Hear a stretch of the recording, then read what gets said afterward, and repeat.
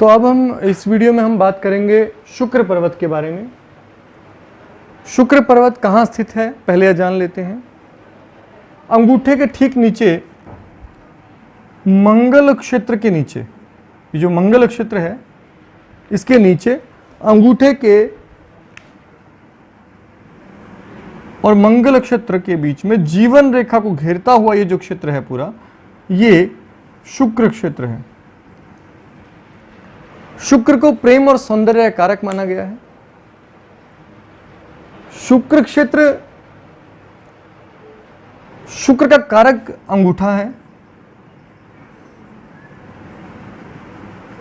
तो जब आप शुक्र क्षेत्र का विचार करें, इसके साथ ही अंगूठे का विचार भी करें। जिस तरह बृहस्पति का विचार करते हुए हमने तर्जनी का, मध्यमा का विचार, शनि का विचार करते हुए मध्यमा अंगुली का, सूर्य का विचार करते हुए हमने अनामिका अंगुली का, और कनिष्ठा का विचार करते हुए हमने, बुध का विचार करते हुए कनिष्ठा अंगुली का जैसे विचार किया था, ठीक उसी प्रकार से अंगूठे पर हमें ध्यान देना है जब हम शुक्र पर्वत का अध्ययन करेंगे। तो शुक्र में गुण क्या है? शुक्र की भी वही तीन स्थितियां हो सकती हैं। एक विकसित जो कि उठा होना, एक बहुत अधिक उठा होना, यहाँ मासल एक कुबड़ सा निकल आए, और एक स्थिति है बहुत दबा होना, एकदम फ्लैट होना या उस पर गड्ढा होना। तो अगर ये उन्नत है, सबसे पहले शुक्र के गुणों को समझ लीजिए। शुक्र काम वासना को नियंत्रित करता है, प्रेम पैदा करता है, सौंदर्य के प्रति जो समझ होती है या सौंदर्य के प्रति जो सहज आकर्षण होता है व्यक्ति का, वो शुक्र की वजह से है। स्त्री पुरुष के प्रति आकर्षण, विपरीत लिंग के प्रति आरक्षण जो है, आकर्षण जो है, वो भी शुक्र की वजह से होता है। संतान उत्पादन क्षमता, संतान उत्पादकता, ये जो है ये भी शुक्र से नियंत्रित होती है। स्वास्थ्य शुक्र से संबंधित है, जुड़ा है। ऐसा नहीं कि सिर्फ स्वास्थ्य शुक्र की वजह से ही अच्छा होगा तो स्वास्थ्य अच्छा रहेगा, नहीं, लेकिन शुक्र अच्छा होना चाहिए स्वास्थ्य अच्छा रहने के लिए। काव्य, संगीत प्रियता, दया और सहानुभूति, ये जो गुण हैं, ये सभी गुण शुक्र की वजह से होते हैं। अब यदि शुक्र विकसित है, उन्नत है, तो ऐसे व्यक्ति में काम वासना एकदम नियंत्रित स्थिति में होगी। उसमें काम वासना होगी लेकिन अनियंत्रित नहीं होगी। वो व्यभिचारी नहीं होगा, स्वभाव से बड़ा अच्छा रहेगा और नियंत्रण में जानता होगा कब उसे काम की आवश्यकता है या कब उसे काम का प्रदर्शन नहीं करना है। प्रेम करने वाला होगा और यह प्रेम बड़ा सहज प्रेम होगा, दिखावा नहीं होगा, झूठा प्रेम नहीं होगा। सौंदर्य की अच्छी समझ होगी, सौंदर्य की प्रशंसा करने वाला होगा, सौंदर्य को देखकर उसको नष्ट करने के प्रयास नहीं करेगा बल्कि उसे स्वीकार करने का प्रयास करेगा। स्त्री पुरुष के प्रति आकर्षण, इसमें सामान्यतः विपरीत लिंग, जब शुक्र अच्छा हो तो विपरीत लिंग के प्रति आकर्षण होता है, यानी कि पुरुष का स्त्री के प्रति, स्त्री का पुरुष के प्रति होगा।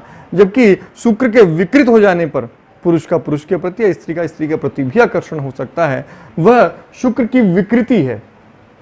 संतान उत्पादकता, संतान की उत्पादकता अच्छी होती है। ऐसे व्यक्ति, पुरुषों में यदि हम कहें कि अगर शुक्र दबा हुआ है तो शुक्राणु की संख्या कम हो जाती है या शुक्राणु नील हो सकते हैं, और अगर बहुत ज़्यादा उठा हुआ है तो अन्य प्रकार की समस्याएं दिखाई देंगी। लेकिन शुक्र यदि अच्छी स्थिति में है तो संतान उत्पादन क्षमता स्त्री और पुरुष दोनों में ही अच्छी होगी। स्वास्थ्य, यदि शुक्र अच्छा है, संकीर्ण नहीं है, उसका क्षेत्र बड़ा है और काफी फैले हुए क्षेत्र में है, बहुत सिकुड़ नहीं गया है, तो उसका स्वास्थ्य अच्छा होगा और संतान उत्पादक क्षमता भी अच्छी होगी। लेकिन यदि शुक्र सिकुड़ गया है, छोटे क्षेत्र में है, जीवन रेखा कम एरिया में आ गई है और कम दायरे में आने से बीच का जो क्षेत्र है वो घट गया है, संकीर्ण हो गया है, तो ऐसे में स्वास्थ्य भी ऐसे व्यक्ति का बार बार खराब होता रहता है और संतान उत्पादक क्षमता भी उसकी खराब हो जाती है, कम हो जाती है या नष्ट हो जाती है। इसके बाद हम बात करते हैं काव्य की और संगीत प्रियता की। अब आप कहेंगे हर विषय पर, हर ग्रह पर काव्य और संगीत प्रियता आ रही है। ये हमने बुध में भी पढ़ा था, काव्य हमने चंद्रमा में पढ़ा था, काव्य शुक्र में पढ़ा था। अब हर व्यक्ति एक तरह का काव्य नहीं लिखता है। यहाँ जो काव्य है वो बुध का काव्य है। यदि एक मंगल प्रधान व्यक्ति का चंद्रमा अच्छा है, चंद्रमा और मंगल दोनों अच्छे हैं, तो ऐसा व्यक्ति यदि काव्य लिखेगा तो वीर रस की कविताएं लिखेगा और वीर रस के ही उपन्यास लिखेगा। अगर ऐसे व्यक्ति का जिसका बुद्ध अच्छा है और चंद्रमा अच्छा है, तो वो रहस्य या बौद्धिक मामलों पर ही लिखेगा, तो लेखन जो उसका होगा वो बौद्धिक होगा। यदि चंद्रमा और शुक्र बहुत अच्छा है, तो ऐसा व्यक्ति सौंदर्य, प्रकृति और प्रेम पर काव्य की रचना करता है। ऐसे व्यक्ति संगीत को बहुत प्रिय रहता है, तो अगर उसका बुद्ध भी अच्छा हुआ तो वह संगीतज्ञ हो सकता है। शुक्र अच्छा होने पर नृत्य में भी शुक्र का बड़ा अच्छा रोल रहता है, तो नृत्य जो है ये शुक्र का गुण है। शुक्र अच्छा होने पर नृत्य की अच्छी समझ और अच्छा नर्तक होता है व्यक्ति। अगर शुक्र बहुत अच्छी स्थिति में है, ऐसा व्यक्ति अच्छा नर्तक बन सकता है। केवल उसके लिए उसका चंद्रमा या बुध में से एक थोड़ा विकसित होना चाहिए। अब यदि हम बात करते हैं दया और सहानुभूति की, तो शुक्र जो है वो बली होना व्यक्ति को दयालु बनाता है, दूसरों के प्रति सहज सहानुभूति रखता है। आपको काफी हाथों में ये बहुत ऊंचा मिलेगा। जब आवश्यकता से अधिक ऊंचा हो, अति विकसित हो, तो ये विकृत हो जाता है। ऐसे में काम वासना इतनी बढ़ जाती है कि वो अनियंत्रित हो जाती है। ऐसा व्यक्ति वहशी हो जाता है, व्याभिचारी हो जाता है। बहुत सारे स्त्री पुरुषों से उसके संबंध होते हैं।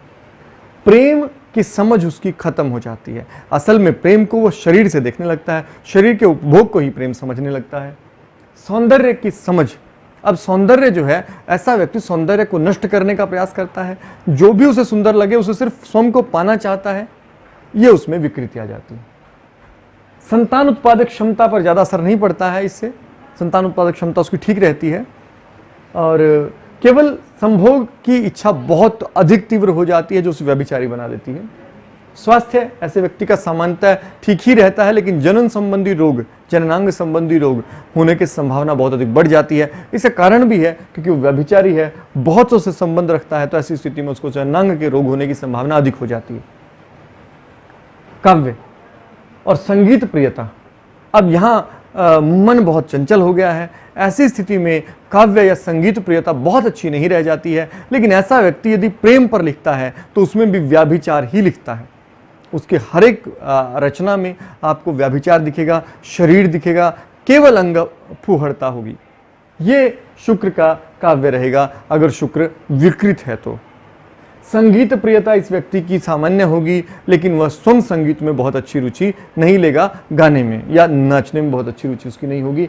दया और सहानुभूति उसमें कम हो जाएगी, और साथ ही नृत्य करने की क्षमता भी उसमें अस्थिरता के कारण वह ऐसे नृत्य नहीं कर सकता जिनमें शरीर को साधना होता है। जैसे हमारे प्राचीन किस्म के प्राचीन तरह के जो नृत्य हैं, भरतनाट्यम या कथक, इस तरह के नृत्य ऐसा व्यक्ति नहीं कर पाता है क्योंकि उसके मन में चंचलता अधिक होती है।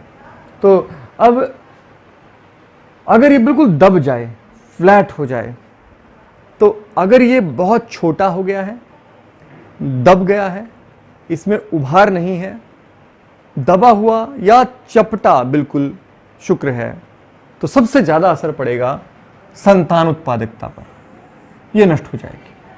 तो ऐसे व्यक्ति को संतान होने में समस्या होती है। ऐसे पुरुषों में शुक्राणु की संख्या कम हो सकती है। ऐसी स्त्रियों को बहुत से स्त्री रोग होते हैं जिस कारण संतान नहीं हो पाती है, आसानी से नहीं हो पाती।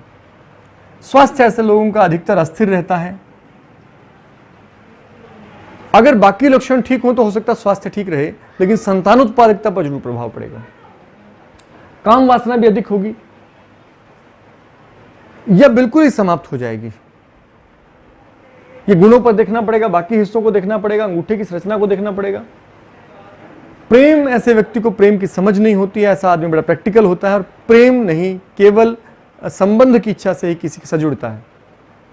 स्त्री पुरुष के प्रति आकर्षण उसका सामान्य होता है, थोड़ा कम रहता है। काव्य या संगीत की उसको कोई समझ नहीं होती, ऐसा व्यक्ति काव्य नहीं कर सकता, ऐसा व्यक्ति संगीतज्ञ नहीं हो सकता। सुनना एक अलग बात है, लेकिन वो संगीत की समझ उसको नहीं होगी। दया और सहानुभूति उसमें से कम हो जाएगी। नृत्य की कोई समझ सामान्यता नहीं होती ऐसे व्यक्ति को। लेकिन हमें एक चीज ध्यान देनी होगी, हमें देखना होगा अंगूठे को। यदि अंगूठा बहुत सुंदर और स्पष्ट है और फिर शुक्र पर्वत जो है बहुत ऊंचा हो गया है। व्याभिचार तो ऐसे व्यक्ति में है, लेकिन ऐसा व्यक्ति मन को नियंत्रण कर लेता है। अब जरूरी नहीं है कि ऐसे व्यक्ति के बहुतों से संबंध हो। अगर अंगूठा सुदृढ़ है, यदि अंगूठा सुदृढ़ नहीं है, अंगूठा बहुत कमजोर है, तो ऐसे व्यक्ति में काम वासना तो अधिक है ही, वह नियंत्रण भी नहीं कर सकता उस काम वासना पर। यदि उसका अंगूठा बहुत चपटा है, संकरा है, छोटा है, तो ऐसे व्यक्ति की काम वासना पर कोई नियंत्रण नहीं होती, तो वह किसी भी हद तक जा सकता है अपनी काम पूर्ति के लिए। लेकिन यदि सुंदर अंगूठा है तो शुक्र के गुण निश्चित रूप से बहुत कम हो जाएंगे। तो मैंने जैसे कहा था कि जब हम शुक्र की बात करें तो आपको अंगूठे पर भी जरूर ध्यान देना है। जैसे हमने पर्वतों की बात करते हुए उंगलियों पर ध्यान दिया था, इस तरह शुक्र की बात करते हुए आपको अंगूठे पर ध्यान देना है। यदि अंगूठा अच्छी स्थिति में है, स्पष्ट है, सुंदर है, तो शुक्र के बहुत से गुण अच्छे हो जाएंगे। ऐसा व्यक्ति का प्रेम जो है वो अच्छा रहेगा। लेकिन शुक्र अच्छा होने पर